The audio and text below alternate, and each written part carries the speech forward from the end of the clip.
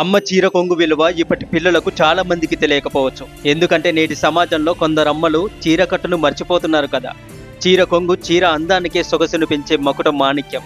అంతేకాకుండా పొయ్యి మీద వేడి గిన్నెలను దింపడానికి పనికొచ్చే ముఖ్య సాధనం చీర కొంగు. పిల్లల కన్నీటిని తుడిచే ముఖ్యమైన పరికరం చీర కొంగు.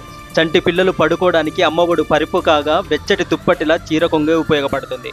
కొత్త వారు ఇంటికి వచ్చినప్పుడు సిగ్గుపడే పిల్లలు ముఖం దాచుకునేది అమ్మ కొంగు వెనకే.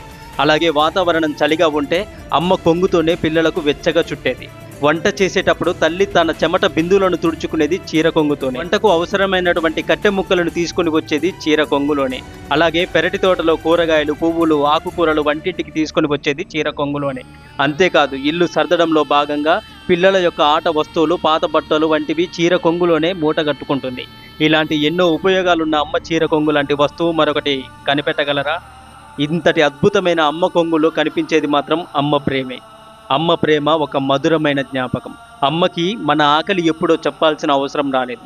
కొత్త బట్టలతో బయటికి వెళ్ళి వచ్చినప్పుడు దిష్టి తీసేది. బాల్యంలో మన పిచ్చి భాషను కూడా క్షణంలో పసిగట్టగలదు. ఇలా ఎన్నెన్నో ఉన్నాయి. బిడ్డ ఒక స్థానంలో పాలు తాగుతూ రెండో స్థానాన్ని తన కాలుతో పలుమార్లు తన్నుతూ ఉంటాడు. తనను తన్నే వారి కడుపు నింపే ఔదార్యం భగవంతుడు ఒక్క తల్లికి మాత్రమే ఇచ్చాడు.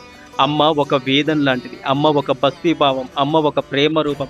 అమ్మ ఒక సంవేదన. అమ్మ ఒక పుస్తకము. అమ్మ ఒక కలము. అమ్మ ఒక కవిత. అమ్మ ఒక జ్ఞానము. అమ్మ ఒక గుడిలో దీపము. అమ్మ ఒక అన్నపూర్ణమ్మ తల్లి.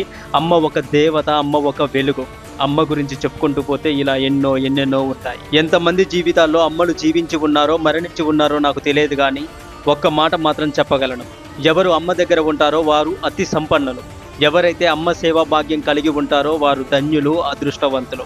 మీకు ఈ వీడియో నచ్చితే హరే కృష్ణ అని కమెంట్ చేయండి. మరెన్నో వీడియోస్ కోసం మన ఛానల్ని ఇప్పుడే సబ్స్క్రైబ్ చేసుకోండి. మాతృదేవో భవ.